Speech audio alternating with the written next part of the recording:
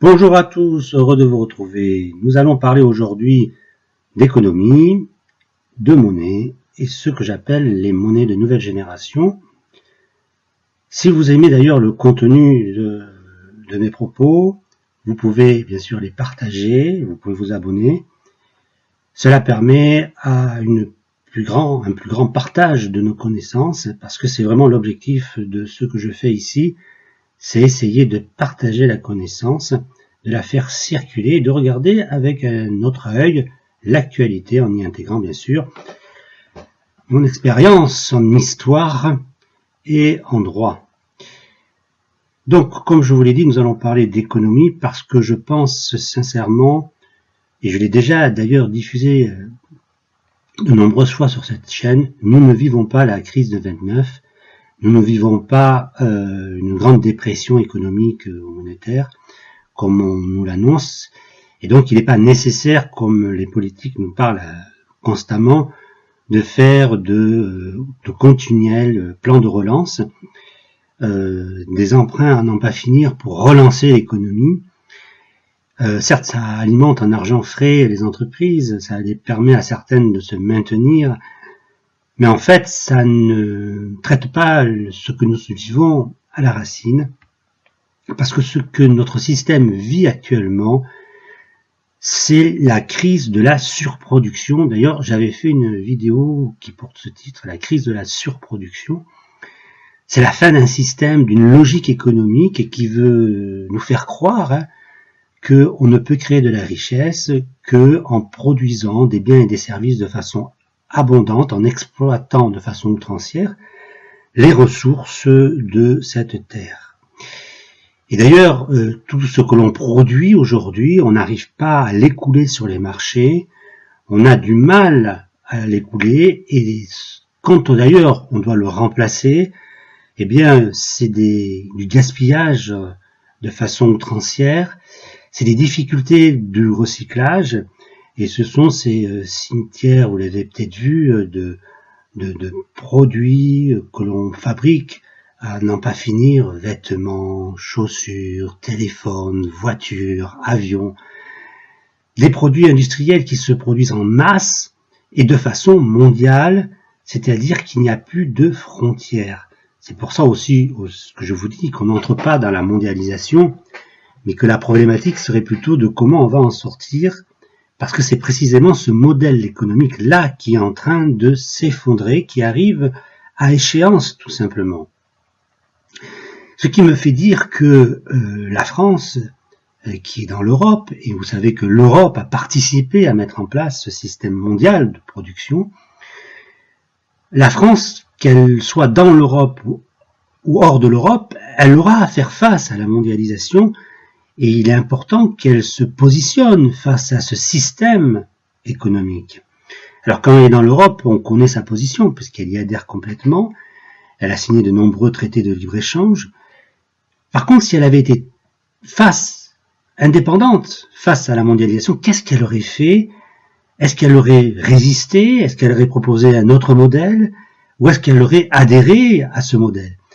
Vous savez, quand on voit l'histoire et les dirigeants qu'on a eus dans les années 80, 90, 2000, il y a de fortes chances que la France aurait adhéré au système mondial d'économie libérale. Et donc on aurait eu exactement les mêmes difficultés que nous connaissons actuellement, parce que pour survivre dans ce système-là, les entreprises sont obligées de s'adapter et souvent de produire ailleurs pour vendre à des coûts dérisoires sur les marchés. Alors, dans ce schéma-là, un des éléments qui est fondamental, et c'est pour ça que je fais cette vidéo, c'est la monnaie. Et pendant très longtemps, la monnaie avait un statut neutre. C'est-à-dire que les économistes pensaient ou disaient ou diffusaient l'idée que la monnaie n'avait pas d'influence sur nos économies. Cela va se trouver infirmé dans les années 60 et 70 par des courants économiques qui vont montrer au contraire que la monnaie est un acteur premier dans les échanges économiques et qu'elle a une vraie influence sur notre quotidien. Mais vous voyez qu'avec l'arrivée de l'euro, cette idée va être battue en brèche et l'idée que la monnaie est neutre va à nouveau prendre les devants de la scène. Pourquoi? Parce qu'on applique exactement la même monnaie à différents pays qui ont des réalités complètement différentes. Certains pays ont besoin de monnaies plus faibles pour pouvoir exporter leurs produits, et notamment quand leurs produits sont sur des marchés très concurrentiels. C'est le cas des produits notamment agricoles. D'autres pays, au contraire, ont besoin de monnaies fortes pour soutenir leur entreprise. Et en Europe, un pays essentiellement a besoin de la monnaie forte, d'un euro fort, c'est l'Allemagne. Mais les autres pays ont souvent besoin d'une monnaie plus faible pour pouvoir justement soutenir leurs exportations et pouvoir participer à cette économie mondiale sans avoir à casser leurs entreprises de l'intérieur. Et donc, le fait d'appliquer une monnaie identique à différentes réalités économiques, même si on ne le dit pas en tant que tel, mais c'est accepter la théorie que la monnaie serait neutre et qu'elle n'aurait pas d'influence sur nos économies. Et c'est pour ça qu'aujourd'hui, en France, des politiques peuvent défendre l'euro parce qu'ils sont encore et retombés, je dirais, dans les théories d'avant les années 60-70, c'est-à-dire quand on pensait que la monnaie n'avait pas d'influence sur l'économie. Or, vous le voyez au quotidien, celle-ci, au contraire, a une influence considérable. Et puis, il y a un autre phénomène qui est lié à la monnaie. C'est quand on utilise une monnaie pour tous les échanges de façon indifférenciée. C'est-à-dire, on les utilise autant pour les échanges internationaux que pour acheter son pain ou ses courses de fin de semaine, ou mettre notre petite épargne au livret A, ou déterminer qui est riche, qui est pauvre, ou payer les impôts. Quand on a exactement la même monnaie qui fait toutes ces opérations différentes, eh bien on parle en économie de monoculture monétaire. Et la monoculture monétaire a été largement étudiée, est un système quand même assez pauvre économiquement, puisque dès que la monnaie a des difficultés, vous le voyez, dès qu'il y a une crise économique, dès que la monnaie a une difficulté, eh bien c'est l'ensemble du système économique qui a des difficultés, du petit épargnant au grand investisseur. Et c'est ce qu'on appelle donc la monoculture économique.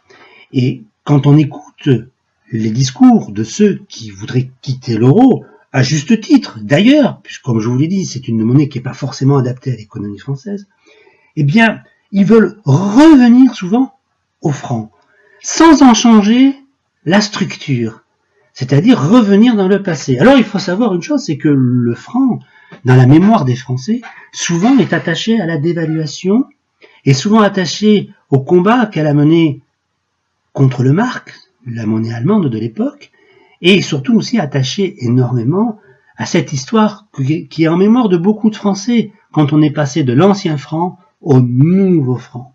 Et moi j'ai connu des personnes qui, même âgées, continuaient à parler en ancien franc. C'est cela le franc dans la mémoire de beaucoup de Français, et donc il n'y a pas forcément une image très positive en vue de l'histoire récente en tous les cas. Il faut en avoir conscience. C'est pour ça que je crois que si demain on doit quitter l'euro, de gré ou de force, qu'on le veuille, car c'est un projet politique, ou parce que le système économique nous appelle à le faire, parce qu'il s'est complètement écrasé, et que ça l'a amené une situation intenable. Alors qu'on doit quitter l'euro de façon de gré ou de force, je pense qu'il faut bien réfléchir à ce qu'on va mettre en place.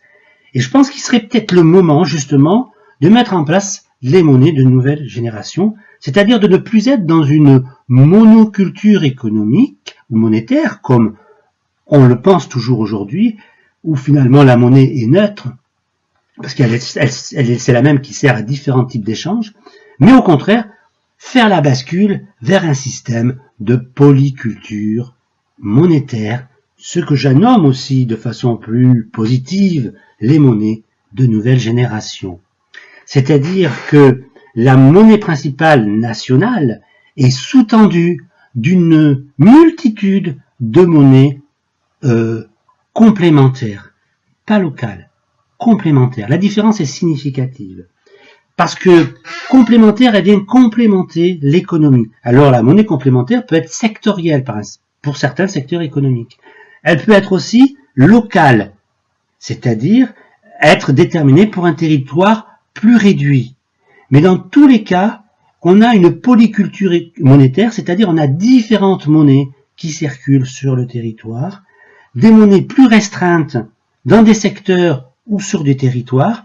Moi, je les avais appelées à une époque, dans mon petit ouvrage, que vous pouvez sûrement trouver en ligne, les monnaies de biens d'échange, parce que je pense que ces monnaies locales et complémentaires pourraient participer à l'accession des populations aux biens de première nécessité, au logement et à la santé. Mais aussi, elles pourraient permettre, ces monnaies complémentaires, à modifier le schéma de la création monétaire. Vous savez qu'aujourd'hui, on crée la monnaie essentiellement par le crédit, c'est-à-dire par l'emprunt. Eh bien, il est parfaitement aujourd'hui possible d'imaginer qu'une partie de cet argent qui aurait dû être créé par le crédit pourrait être captée et injectée directement dans l'économie via ces monnaies complémentaires. C'est ce dont j'avais appelé les monnaies de biens d'échange. Et vous voyez comment, à partir de ces monnaies de nouvelle génération, on pourrait avoir une monnaie internationale, une monnaie nationale en vue des échanges internationaux, et des monnaies plus locales, complémentaires, par secteur, qui permettraient de soutenir l'économie et de développer surtout cette économie localement parlant, et dynamiser ainsi le pays et le revenu et le partage des richesses pour chacun, sans basculer dans la surproduction, mais au contraire en essayant de doser la création économique pour qu'elle soit le plus équitablement répartie. Alors bien sûr, ce n'est pas un idéal, ce sont des idées que je lance ici, comme je vous l'ai dit, je partage la connaissance, mais en tous les cas, il est important aujourd'hui d'ouvrir le débat parce que le changement se fait sentir. De plus en plus d'économistes rejoignent l'analyse que j'ai eue il y a déjà plus de 3 ans, quand je parlais que notre système pouvait rentrer dans une logique de faillite.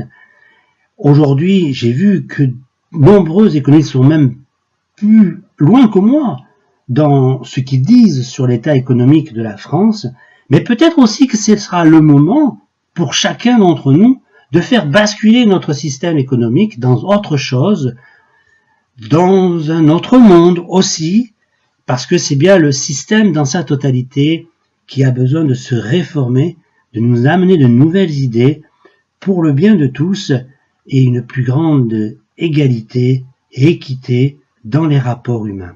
Je vous remercie et à très bientôt.